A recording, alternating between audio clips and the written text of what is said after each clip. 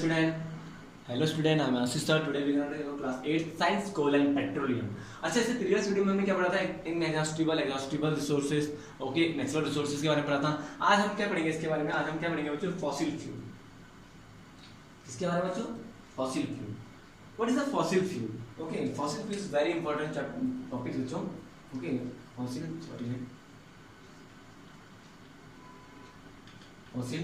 Fuel.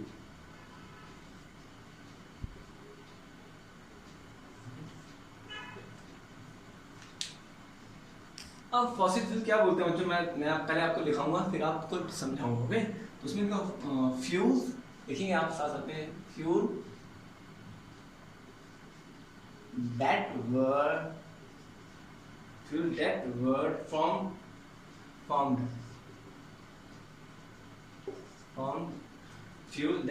formed from the dead remain. Sorry.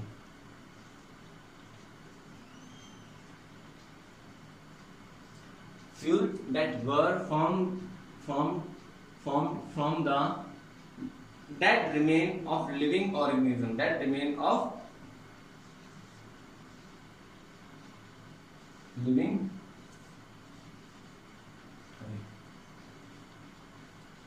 organisms. Okay, fuel that were formed from the dead remain living organisms are known as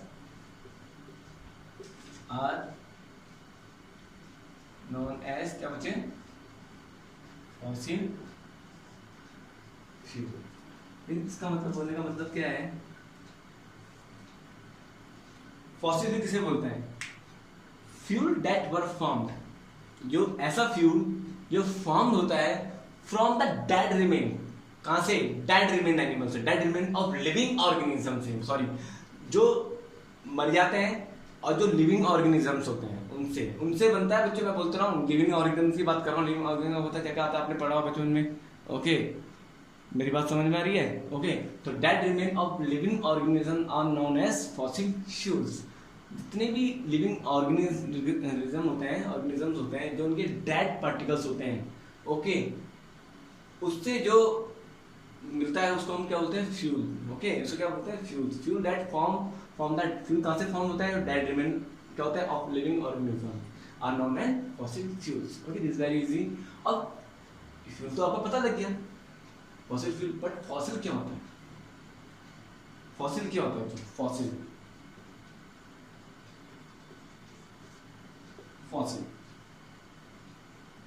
so simple, that remain of living organisms. Mean क्या बोल रहा है? एक fossil किसे बोलते हैं? Dead remain of living organism. मतलब जो मरे हुए जो लिविंग ऑर्गेनिज्म होते हैं उसको बोलते हैं हम फॉसिल. और जो कुछ सालों बाद जब उसमें से पार्टिकल्स में कुछ बनता है उसे बोलते हैं हम फ्यूल्स. बोलते हैं. क्या बोलते हैं? उसे फ्यूल. तो दोनों को मिला के क्या हो जाएगा? Fossil fuel. मीन्स क्या बोलते हैं उसको? ये क्या होता है? डिकम्पोज नहीं होते. कुछ लिविंग ऑर्गेनिज्म डिकम्पोज हो जाते हैं, लेकिन ये क्या होते हैं? डिकम्पोज नहीं होते हैं. ओके, इसके आगे डिटेल में हम आगे बढ़ेंगे ऐसा क्या होता है डिकम्पोज नहीं होते हैं. ओके मेरे बच्चे, मेरी बात समझ में आ रही है? तो dead remain of living organism. Fossil का मतलब क्या होता है? Dead remains of living organism. जो लिविंग ऑर्गेनिज्म के जो डेड पार्टिकल जो बच जाते हैं उसको क्या बोलते हैं? फॉसिल. और इनसे क्या बनता है? इनके फॉर्म से क्या बनता है? फ्यूल बनता है. क्या बनता है? फ्यूल. ओके, लिखा समझना है बच्चे. ये हमारा फॉसिल्स होता है और इनसे क्या बनता है? हमारा फ्यूल बनता है. तो इन दोनों को मिला कर दिया फॉसिल फ्यूल्स. ओके, नाउ अब बढ़ेंगे हम किसके बारे में? कोल के बारे में. तो किसके बारे में? कोल. अब कोल क्या है? Very important. ये समझेंगे कोल.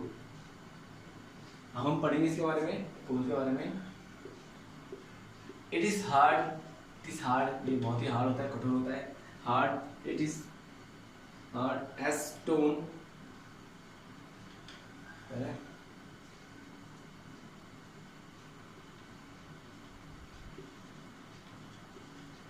As stone.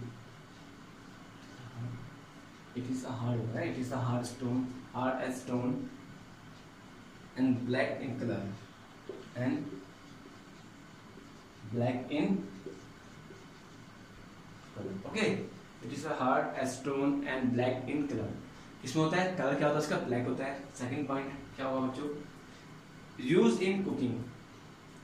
बच्चे कोल भी एक फ्यूल है, ये बात याद रखना। कोल कैसे बना, जो जो फॉसिल के थ्रू बना coal. Fossil means that remains of living organism के थ्रू क्या बना, कोल बना। उस कोल क्या हो जाएगा हमारा, फ्यूल। तो इसको पूरा हो जाएगा, हम क्या बोलते हैं, फॉसिल फ्यूल भी उसको हम बोलते हैं। मेरी बात समझ में आ रही है, मैं क्या बोलना चाह रहा हूँ। जो डेड लिविंग ऑर्गेनिज्म होते हैं उनसे क्या मिला हमको, फ्यूल मिला। क्या मिला, फ्यूल। लेकिन जब हम आगे बढ़ेंगे उससे आपको सब कुछ पता लग जाएगा फ्यूल कैसे कैसे बना, ओके। तो कोल भी एक क्या है, फ्यूल है। बस जब कोल फ्यूल होगा तो अगर आपको कोल के बारे में पता लग जाएगा, ऑब्वियसली फ्यूल के बारे में पता लग जाएगा। मेरी बात समझ में आ रही है आपको बच्चों, क्या बोलना चाह रहा हूँ। कोल के बारे में पता लगेगा, फ्यूल के बारे में पता लगेगा। कोल भी क्या है, एक फ्यूल ही है, ईंधन जिसे बोलते हैं हिंदी में, ईंधन, ओके। तो now it is a hard as stone and black in colour, okay.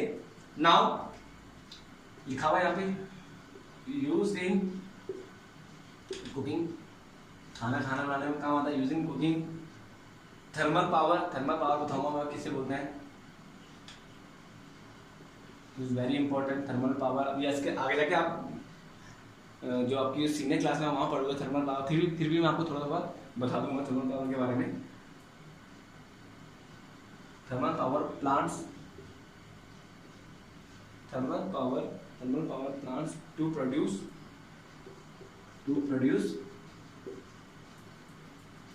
बच्चा इलेक्ट्रिसिटी। क्या होगा बच्चा, इलेक्ट्रिसिटी मीन्स क्या बोलना चाह रहा है बच्चों, कोल कहाँ काम आता है, कुकिंग के लिए।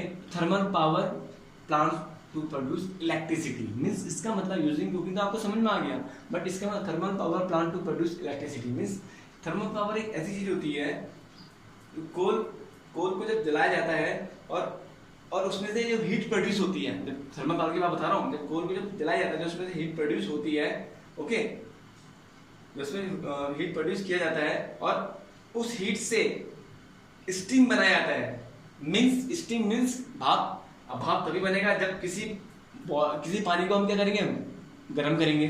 तो मीन्स वाटर के भाप को कन्वर्ट किया जाता है, मतलब वाटर को भाप में कन्वर्ट किया जाता है और उसके द्वारा इलेक्ट्रिसिटी को जनरेट किया जाता है। तो जो भाप प्रोड्यूस होती है तो उसके द्वारा क्या करते हैं, इलेक्ट्रिसिटी को क्या करते हैं, जनरेट करते हैं। मेरे बच्चे समझ में आ गए आगे थर्मल पावर का मतलब। थर्मल पावर एक ऐसी चीज, दोबारा समझाऊं, थर्मल पावर एक ऐसा है कि कोल को जब हम जलाते हैं ना और उसमें से जो हीट प्रोड्यूस होती है, इसकी बात कर रहा हूँ, उसमें हीट प्रोड्यूस किया जाता है और हीट प्रोड्यूस करने के बाद उसमें से स्टीम निकलती है। मतलब स्टीम मीन्स वाटर से, जब हम किसी वाटर को गर्म करेंगे, ओके, तो क्या होगा, उसमें से क्या होगा, भाप में कन्वर्ट हो जाएगा वो पानी। तो जब वो भाप में कन्वर्ट हो जाता है तो उसके द्वारा जो इलेक्ट्रिसिटी जनरेट होती है उसके साथ क्या कहते हैं, इलेक्ट्रिसिटी क्या होती है, जनरेट की जाती है। आए मेरे बात समझ में बच्चों, ओके। तो इसको बोलते हैं हम thermal power plant to produce electricity. So simple, okay. Now और क्या था, तीसरा पॉइंट कौन सा बच्चों, use as fuel in various industry. बस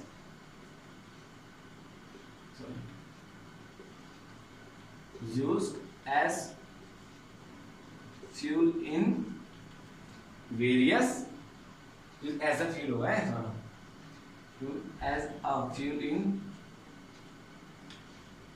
various industries, okay, various industries, बस यही बोलना चाह रहे हैं, ओके। कहाँ का यूज होता है, बहुत सारी इंडस्ट्रीज होती है वहां पे कोल का यूज होता है, ओके। आई होप आपको समझ में आएगा बच्चों, कंफ्यूज मत होना। थर्मल पावर का मतलब भी आपको समझ में आया होगा, ओके। नाउ सो मैं रफ कर रहा हूँ, ओके। अब हम पढ़ेंगे formation of coals, is very important. अब कोल के बारे में आपको पता लग जाएगा तो फ्यूल के बारे में पता लग जाएगा। मैंने आपको कहा था ना बच्चों, ओके, कोल एक फ्यूल ही है, ओके। नाउ अब formation of coal. Formation of coal कहां से आया, देखिए यहाँ पे topics, formation of coal. This is very important topic in this chapter. Okay. वैसे लिख रहा हूँ, साथ साथ में आप लिखना पड़ेगा, मैं जब पूरा लिख दूंगा आपको समझाऊंगा. About 300 millions, about 300 millions year ago. It's very important topic बच्चे, मैं आपको बता रहा हूँ, एग्जाम में दूंगा मैं इस topic. Okay. ago the earth, about 300 million year ago the earth had dense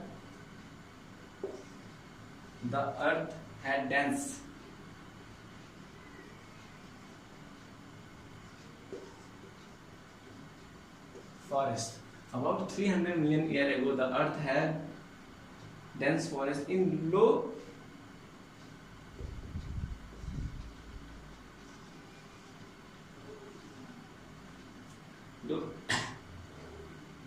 lying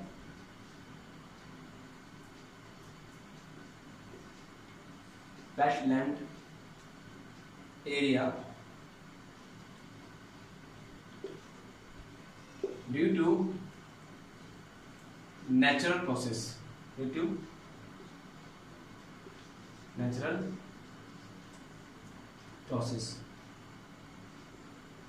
Okay. This forest buried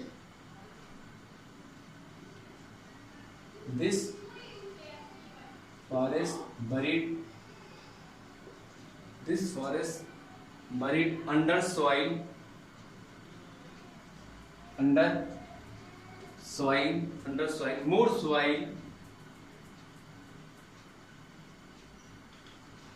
more soil deposited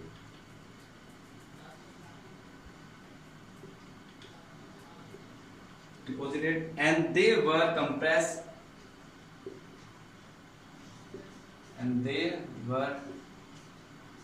compressed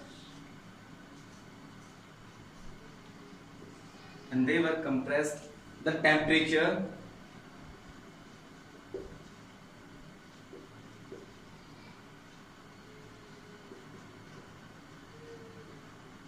rose. Okay. Rose as they snake deeper.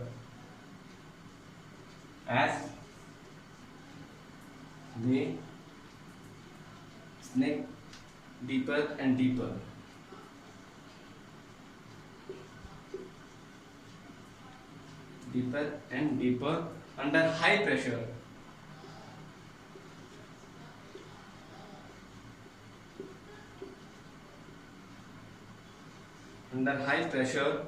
And temperature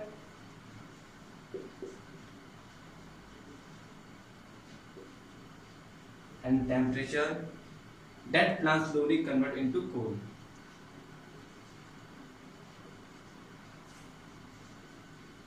That plant slowly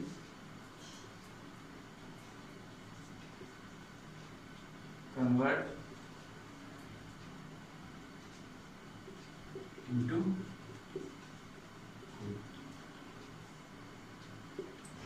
means क्या बोल रहा है बच्चों, ये आज से 300 million year ago, 300 million ago की बात है. The earth had dense forest. जो अर्थ में जो फॉरेस्ट होते हैं स्लो लाइंग वेटलैंड एरिया, जो वेटलैंड एरिया में होते हैं due to the natural process. Natural process का मतलब क्या होता है कि अर्थ भूकंप आ जाए, भूकंप की वजह से जो जंगल होते हैं वो क्या होता है ज़मीन के अंदर दब जाते हैं. भूकंप हो गया, आपका सुनामी हो गया, जो भी चीज़ है जो भी नेचुरल प्रोसेस में हमारा ये नेचुरल डिजास्टर भी हम उसको बोलते हैं. क्या बोलते हैं उसको? नेचुरल डिजास्टर भी हम उसको बोलते हैं. तो इसके कारण क्या होता है, जो जंगल्स होते हैं जो क्या होते हैं वो क्या होते हैं लुप्त हो जाते हैं. लुप्त मीन्स मतलब क्या होता है ज़मीन के अंदर क्या हो जाता है दब जाते हैं. ओके. तो भूकंप आता है, आपको पता ही है भूकंप आता है तो क्या होता है कि जो भी जितने भी जंगल्स होते हैं आज से 300 मिलियंस की बात बता रहा है वो क्या होता है, तो जितने भी जंगल होते हैं वो ज़मीन के अंदर क्या होते हैं बरीड हो जाते हैं. बरीड अंडर द सॉइल, ज़मीन के अंदर दब जाते हैं. Okay. And more soil deposit, और उसके ऊपर और क्या होती रहती है सॉइल चढ़ती रहती है. मतलब जैसे यहाँ पे फॉरेस्ट है, एक फॉरेस्ट बना हुआ है तो क्या हुआ, तो ये फॉरेस्ट पहले यहाँ पे अंदर दब गया. ये समझते ये फॉरेस्ट है, ये और ये अर्थ है ऊपर। तो जब कोई डिजास्टर आया, कोई अर्थ आया, अर्थक्वेक आया, तो क्या होगा, अर्थक्वेक आने से क्या हो गया, जब सुनामी आई, कुछ भी होता है तो क्या होता है कि ये फॉरेस्ट हो गया, वो क्या हो गया, इस अर्थ की इस ये एक पतली लेयर है उसके अंदर चले गए। फिर ऐसे करते करते दोबारा ऐसे ही होता रहा, अर्थक्वेक आया, दोबारा ये फॉरेस्ट था जो खराब हो गया, पूरा दब गया जमीन के अंदर, ये दोबारा क्या चल गया, बहुत सारी लेयर्स होती हैं, इस लेयर्स के अंदर चले गए, इस लेयर्स में चले गए। ऐसे करते करते बहुत सारी लेयर्स होती है तो फॉरेस्ट वहाँ चल जाते हैं। और जो क्या होता है, ये डेड्स इसे बोलते हैं, हम क्या बोलते हैं उसको, जो इसको भी हम लिविंग ऑर्गेनिज्म बोलते हैं, पता है ना, जो उसको जो डेड, ये क्या होते हैं, मर जाते हैं, डेड हो जाते हैं, बट ये क्या होता है, खराब नहीं होते हैं। इनके थ्रू क्या बनता है, फ्यूल्स बनता है। कैसे बनता है बच्चों फ्यूल्स, फॉरेस्ट और दबते रहते हैं, जिससे क्या होता है कि टेम्परेचर क्या होता है, इंक्रीज हो जाता है, कंप्रेस मतलब दबते रहते हैं। जैसे टेम्परेचर अगर इंक्रीज होगा और नीचे देखो दिखाओ ना, snake deeper and deeper under high pressure, बिल्कुल हाई प्रेशर में क्या होता है, टेम्परेचर क्या, कभी आप अपने करके देखना, अपने ऊपर आप क्या करना, रजाई रखना, एक रजाई रखना, फिर दूसरी रजाई रखना, फिर तीसरी रजाई रखना, तो चौथी, इस तरीके से आप रखना, तो जो टेम्परेचर बहुत प्रेशर भी बढ़ेगा और टेम्परेचर भी बहुत बच्चे क्या होगा, हाई होगा, ओके, जिससे आपको सांस लेने में परेशानी होगी, है ना। तो उस कारण वही जो पेड़ पौधे हैं उनका भी साथ ऐसे होता है, टेम्परेचर बहुत ही क्या हो जाता है, हाई हो जाता है और प्रेशर बढ़ता रहता है उनके ऊपर, ओके, लेयर बढ़ती रहती है ना, उसके ऊपर एक मिट्टी है, इसके ऊपर मिट्टी है, तो लेयर बढ़ती रहती है, जिससे क्या होता है, टेम्परेचर राइज होता है और जो डेड प्लांट क्या हो जाता है, स्लोली किसमें कन्वर्ट हो जाता है, जो कोल में कन्वर्ट हो जाता है। एकदम नहीं होते बच्चों, ऐसे नहीं कि आज अर्थक्वेक आया और कल के दिन वो क्या होता है कि डेड प्लांट किसमें कन्वर्ट हो गए, कोल में कन्वर्ट हो गए। उसको बहुत ही मिलियन जानते हो, बहुत ही मिलियन टाइम लगता है, मिलियन ईयर एगो के बाद वो जाके कन्वर्ट होगा किसमें, कोल में। बच्चों मेरी बात समझ में आ रही है। तो 300 कितनी साल बाद कोल कन्वर्ट होता है, फॉर्म मिलता है, कहाँ से मिलता है, पृथ्वी से, अर्थ से, किसने, 300 मिलियन एगो का, 300 मिलियन ईयर एगो का, ओके। यहाँ अपने घर में रह रहे हैं, आज से 300 मिलियन एगो बाद वहाँ पे क्या था, आपके घर के आगे हर जगह जंगल थे, तो किसी डिजास्टर की वजह से, किसी की वजह से क्या होता है कि वो जंगल कन्वर्ट हो गए अर्थ में, लैंड में कन्वर्ट हो गए, और जो जंगल थे वो अंदर क्या हो रहा है, दब गए, ओके। ऐसे करते करते उनके ऊपर लेयर बनती रही, तो किसमें कन्वर्ट हो गया, जो अब टेम्परेचर हाई हुआ, और टेम्परेचर हाई हुआ, प्रेशर भी हाई हुआ, तो इस कारण क्या होता है कि जो क्या होता है, जो डेड एनिमल्स होते हैं, सॉरी डेड प्लांट होते हैं ना, डेड प्लांट स्लोली किसमें कन्वर्ट हो गए बच्चों, कोल में कन्वर्ट हो गए, ओके बच्चों मेरी बात समझना है। तो this is very main topics, okay, आप उसको करना, ओके। आई होप बच्चों को समझ में आया होगा ना। अब मैं आपको क्या बता रहा हूँ, अब मैं नेक्स्ट वीडियो में मैं आपको बताऊंगा कार्बनाइजेशन, ओके, कार्बनाइजेशन किसे बोलते हैं, नेक्स्ट वीडियो में, ओके बच्चों। आज के लिए इतना ही है। Have a nice day, God bless you to everyone, bye बच्चों, बाय बाय।